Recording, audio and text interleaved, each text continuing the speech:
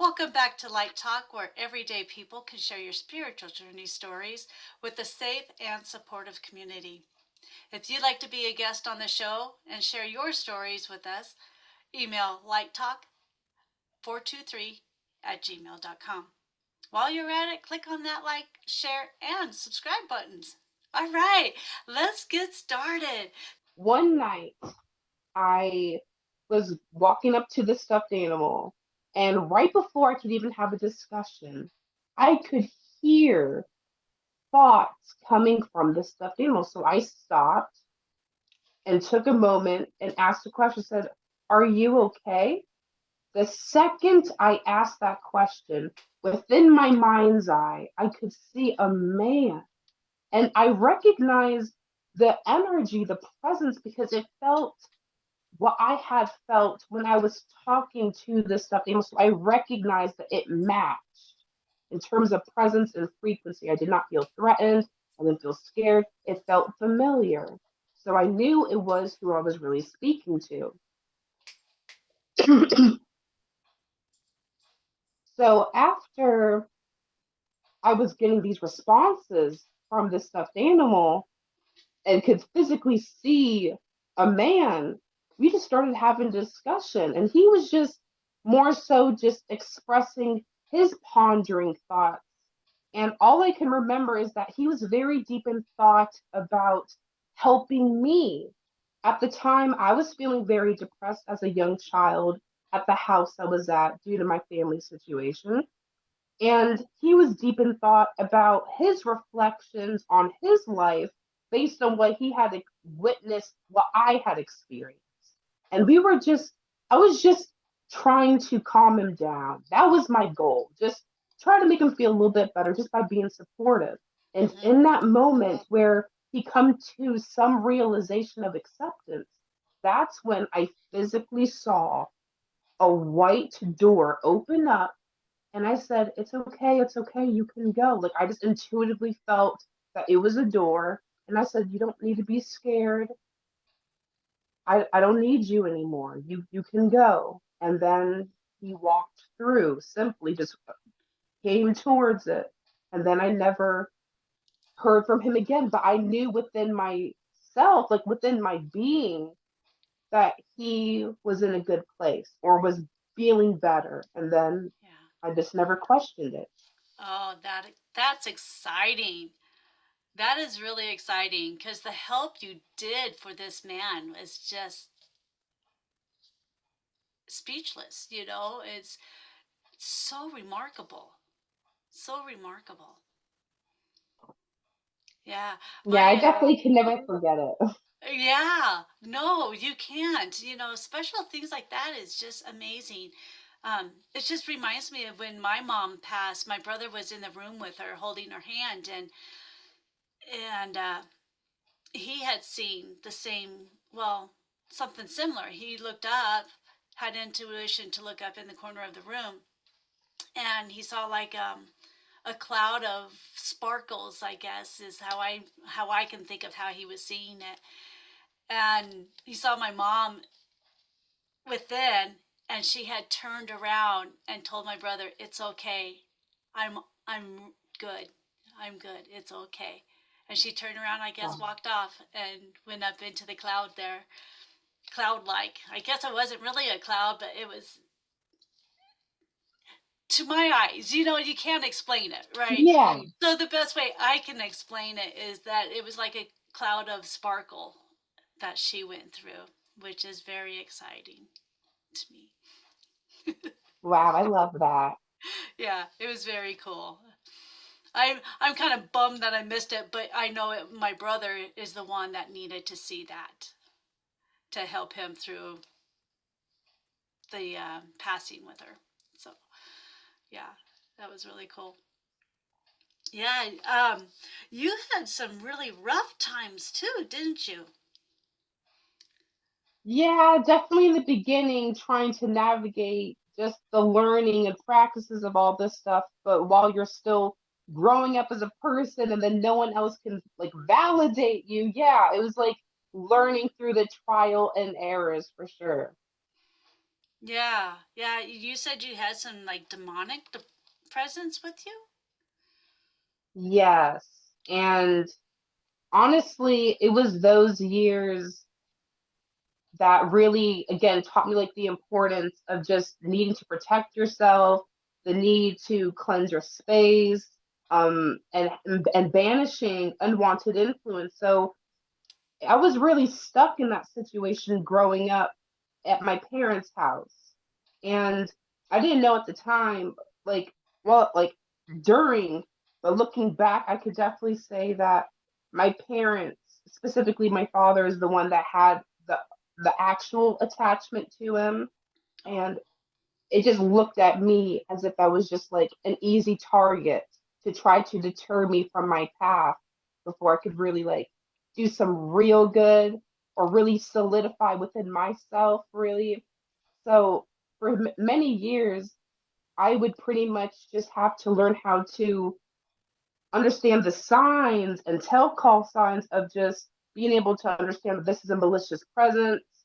What do you do about it? And it was just really hard to navigate, um, trying to take back control for sure. yeah. And that's a difficult trip to go on, isn't it? Yeah, Very because difficult. it's like you first come to realization that they're real, and then you come to learn all of what their capabilities are, and then you have to arm yourself with the practices and knowledge on how to not be influenced by that. And that was really the hard part, was really understanding, okay, this is real, and this is how you could tell that this is really something, again, malicious and not like a spirit guide. And often that would be stuff like mimicking voices, moving objects, waking up with markings on you, or them trying to reclaim parts of the house by making markings on furniture and um, the floors, by feeding off of the family with their emotional energy. So I had to learn, how are they raising all this energy, and then being able to again reclaim my home so that I could feel like I could sleep at night. Yeah, yeah. So how has that affected you with spirit and you and the living? Has it helped you So work with the living better, easier?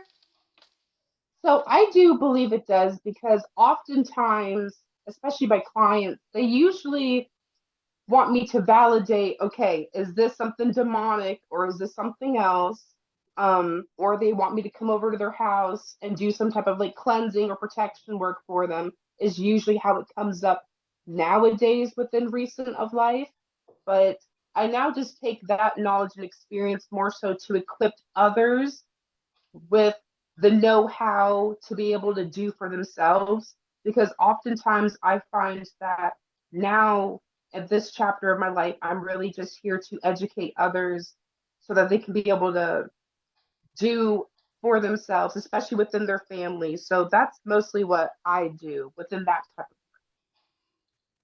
Yeah, yeah, and that's important. That is pretty important. Um, you said you had some sleep paralysis or paralysis. Did I say that even right? I'm like all tongue Yeah, tied sleep tonight. paralysis. Yes. Oh, yes. It definitely wasn't funny when it was happening, because it's like it's like your body is physically asleep, but your mind's awake. But you can't move, you can't scream, and you're just very aware of the room you're in. And sometimes that's when people will start to notice, oh, I can feel a presence or I can see a presence just staring at me.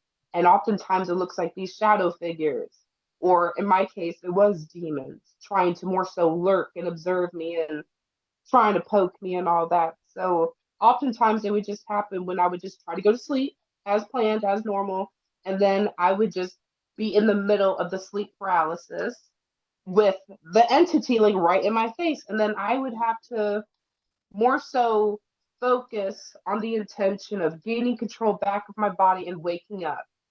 And then I would immediately run to my sister's room and be like, "Can I sleep with you?" And then after a while, that didn't work no more because she was like, "I need to sleep. You're not letting me." So then that's when I was really forced. Okay, if I'm forced to sleep in this room and I know what's about to happen, what can I do within my ability to protect myself? And oftentimes that would lead with me cleansing and trying to wear like a protective stone like amethyst, calling protection before I go to sleep, like a prayer, just multiple things.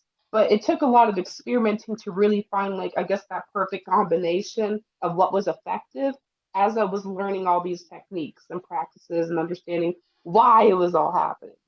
Yeah, yeah, and that's hard to do because I know I'm always searching for different things to help me out, and not only seeing and knowing all these different things that we can do to help ourselves to grow and to protect and all of this. It's also finding what works for you because everyone has their Absolutely. own way of having that protection and working with spirit and all of that. So it's a travel for me, anyways, trying to find what works. So it's a journey. It's just a journey, as we all know. Yeah, you. We spoke about a spirit team versus your mind talk. Yes. Can you explain that a little bit more? So a lot of people find it kind of confusing to differentiate, well, how do I know this is just not something my mind's making up versus an actual download or message from spirit? So this is the way I like to differentiate because it definitely was confusing at first to decide, is this really coming from me or outside of me, and discovering the source and what it all meant. So the first way it's important to recognize is um, the way that the spirit connects with us is usually going to be a combination between like synchronistic events or your intuitive senses or dreams. That's usually the way that spirit reaches out to us. So when I am receiving, it's usually going to be in those instances, like events that seem almost coincidental on the nose with specific meaning, or I'm experiencing like my ears are ringing, um, with like almost like it's validating an experience or the goosebumps or the gut feelings, or it really does defer how sensitive and open you are.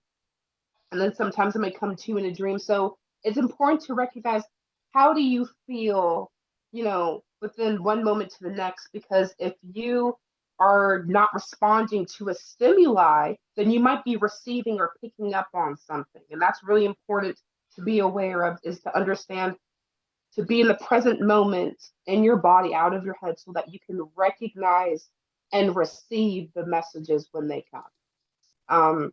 But when it's usually your thought, it's usually going to be like your thought, belief, or perspective that's unique to you.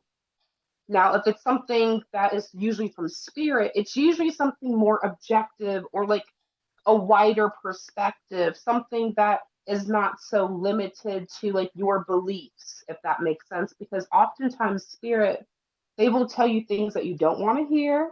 They're going to tell you how it is, and it can feel, sometimes painful or bittersweet. So it's just, I've noticed it to be that way over the years, the more and more that I'm allowing myself to stay in, connected and within trust of my intuition. So that's usually how I explain it to the beginners. Yeah, yeah, and that makes sense. It makes sense of working with it that way and looking at it in that way with the differences. Definitely, definitely. And you've had some lucid dreaming. This kind Yes. of goes right into this here. So So you're lucid. yeah, I just find that as a clairvoyant, because I am a psychic medium. I see messages with my mind's eye. I see visions and I can see energies. I just noticed that with a heightened intuitive sight, I am also a lucid dreamer. It's just something that was always natural within me. It's never left me since I was a child. I still am this way. And it's basically just when you go to sleep at night and you're having a dream, you are very aware that, okay, this is a dream because I remember that I was just in my bed, laying down in my bedroom, and this is not my bedroom.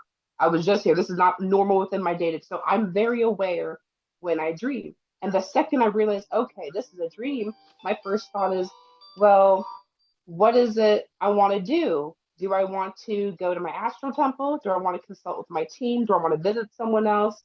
Do I want to go to another part of the cosmos? So it's just more like playtime for me, really. So I really love when it's nighttime. But I also learned that you can't astral travel or lucid dream back to back to back because you're not allowing your body to physically come into rest like a deep sleep. And that will mess with your nervous system entirely, where your rhythm is just off. So even though I love lucid dreaming, I make sure that I am being intentional when I do it. So that way I am giving the breaks necessary to allow my body to come into deep sleep to rest. But I just love lucid dreaming because it's just, again, like that play. Right, right. Do you have a dream that you can share with us? So I'm going to mention the time I was in my astral temple and kind of had like this healing session with my spirit team because it was really the first time, and now I just kind of do it more consistently. Okay. So this was probably the first time this probably happened was probably, oh wow, it's probably like 7 years ago now. Okay. But it was after I had my daughter, shortly after I had my daughter, and I was aware that I was dreaming, and my first thought was, you know what? that that baby birth, and it takes a lot out of you. I want to connect with my spirit team and kind of just get some guidance moving forward now that I'm in the mother stage of my life. That was my intention. So I pretty much go to my little, what I call my astral temple in my dream world. It's just like a sacred space that I always go to, as almost like it's like a home base where I can just be with my parts of myself or consult with my spirit team or just dilly dally, whatever. So I was at my astral temple, and my first thought is, oh, I need to consult my team. So my first thought is, uh, my spirit team that's aligned with me, that serves my highest good, join me. I just thought those words and they all came. We're all there at the astral temple. And my first thought is, I am a new mother. Is there any guidance or healing that could support me best now? And right as I thought those words, without saying it, it was just all telepathy at this point. That's when I was magically surrounded by my spirit team. They advised me to lay down, which was basically like almost like me laying on the ground in that realm, Uh, laid on the ground.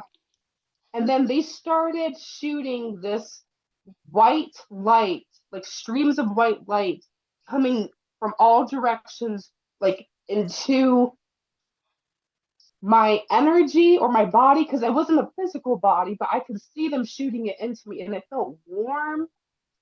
It didn't feel scary. It just felt very comforting. It just felt like a warm hug, basically. And I just intuitively knew that I was receiving healing. So I was just more so soaking it up.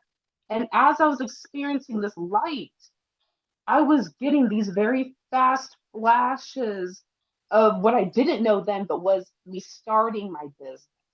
I didn't notice that then. I was just seeing flashes of me talking with people and like on the computer, which was me making the website, but I didn't see what was on the screen. I just saw like me like so it was like me getting like flashes of what was to come to be during the healing. And then after the healing, they said, you are ready. And then that's when I woke up, and I didn't remember at first the healing, I just carried almost like the knowing that I was meant to create something. And that just sat heavy within my mind until I basically took action later. But now, whenever I feel that I need some extra healing that maybe I can't give to myself, maybe I'm sick or something, I do in that way to connect with my spirit team to receive healing beyond just the other methods like meditation or whatever. Right. Wow. That's exciting. that's that's great. That's just great.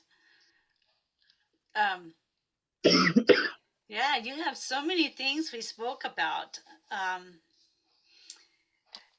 I have on here. You were starting a journey, a heavenly journey. Oh, is this the shamanic journey that you're Yes. thinking of? Yeah. Yes. Oh my goodness. So I went to a class, a local in-person class that was held at one of the like small metaphysical shops here. And at this shop, they were hosting a class with um it was a certified Reiki healer, like master healer slash certified shamanic practitioner. That was her title. And she was offering this shamanic journey class. My friend heard about it like on Facebook and she basically was like, hey, this is happening. I really want you to join me because I've never done anything like this before.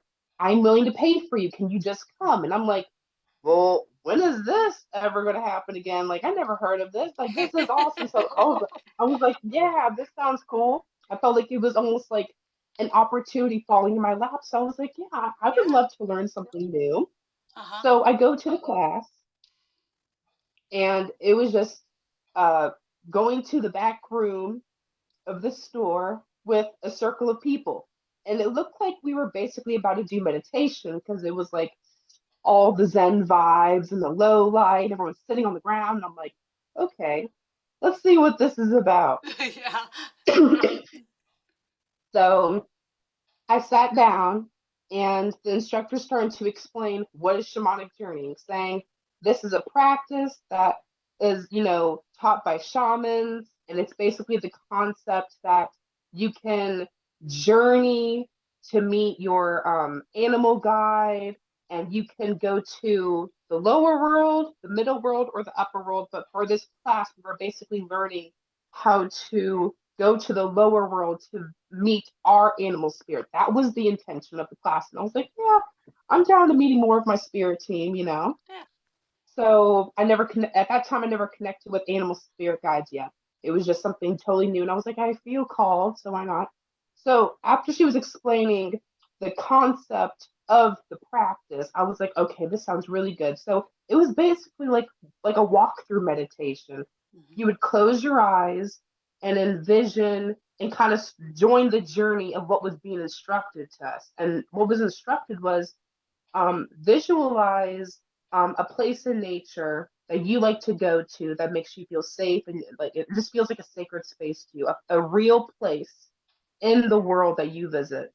And they were like, if it's a tree trunk, then we want you to imagine yourself going into the roots of the tree to go into to enter to the lower world. If it's like the beach, then you can visualize going into the water and swimming all the way down into. So they were giving us the instructions on how to enter through the visualization that they were walking us through. Right. And for me, my sacred space was the beach. So that's what I'm going to walk you through. So I visualized my favorite beach that I grew up going to. Like I could walk 5 minutes from my mom's house. And I just imagined myself walking onto the shore and then diving deeper until I got to like the seafloor, until I saw like an opening in the seafloor, and then I would just kind of started falling. I felt like I was like an Alice in Wonderland, just falling, and I was like, okay, I'm just letting myself go through this, and all of a sudden bam, I was in what the shamanic practitioner called the lower world. And they were basically like, these experiences are your own, but what the way you go back, when the way you went in is the way you come out, is basically the way she instructed. She was like, we want you to like, and whatever animal you encounter during this intention is your animal guide. So I was going through at first this wandering cave system in the local world, and I said out loud, okay, I started calling my intention, saying, I want to connect with my power animal guide. That was my intention. And the first thing that happened was I saw this sprite. That was the first time I ever connected with my sprite spirit guide too. It looked like a little ball of light, which I could tell had wings. It was like green, and it was so tiny. Like, I'm not gonna lie, I thought sprites were gonna be like cute. No, it literally was like a miniature troll face thing, and I was like, oh my gosh, don't judge, Tasha, don't judge. Just go through the experience. And I was like, I feel like I can trust you if you feel familiar, so I'm gonna go with you. So I was wandering through this tunnel cave system, following this little light thing, and I'm like, okay, you're leading me towards my animal guide, so I'm following you. And then all of a sudden, one of these cave systems led to like this outdoor sanctuary. And it was like a field of grass. And then I kept hearing the like the little chimes from this little sprite saying, go further and further into like the land and you're gonna see him. And I was like, okay. But like the little sprite wouldn't follow me no more. So I was like, okay, I'm really going by faith right now. And I'm just walking and walking, walking, until all of a sudden I see another beach. And that's when I was like, okay, this is getting weird. But I was like, I'm just go through and not judge it. And that's when I saw him in this beach in the water was a whale. And this whale spirit, I felt like it was calling me because I was hearing like this whale song. And when it was like echoing, it was so loud within my mind. And I felt like my heart was aching. So I was like, I just feel pulled by this presence. So I got in the water. I started to float on my back. And then that's when I connected like telepathy wise with this like animal spirit, this whale. And then I heard him say, we're finally connecting once again. I have worked with you in many lifetimes. And then the second he said that My. was when I started getting all these flashbacks of this previous life with this whale spirit. And I instantly started crying because there was just a lot of heaviness and pain and grief with that life. But that's when I first had that connection. And then when I opened my eyes and left the way I instructed from the shamanic journey, when we were all going around in the circle telling our experiences, there was some people saying stuff like, yeah, I could only see colors and shapes. And then I'm over here like telling this whole journey and story, and then the instructor's like, Tasha, you did amazing. This is great. This is a real natural talent of yours. And I'm just thinking, oh God, everyone else thinks I'm like bragging or something. So like I Right. always got embarrassed with like experiences like that because I'm like, God, I'm so sensitive and intuitive, and everyone's looking at me like, ow. But it was a beautiful experience, but it was also painful because I wasn't anticipating the memories to come with that union. But now I actively work with that sprite spirit guide Oh, and nice. that whale spirit. So it opened up a beautiful door, but it was so unexpected because I was like, oh yeah, I'm gonna just take this class and just see what happens.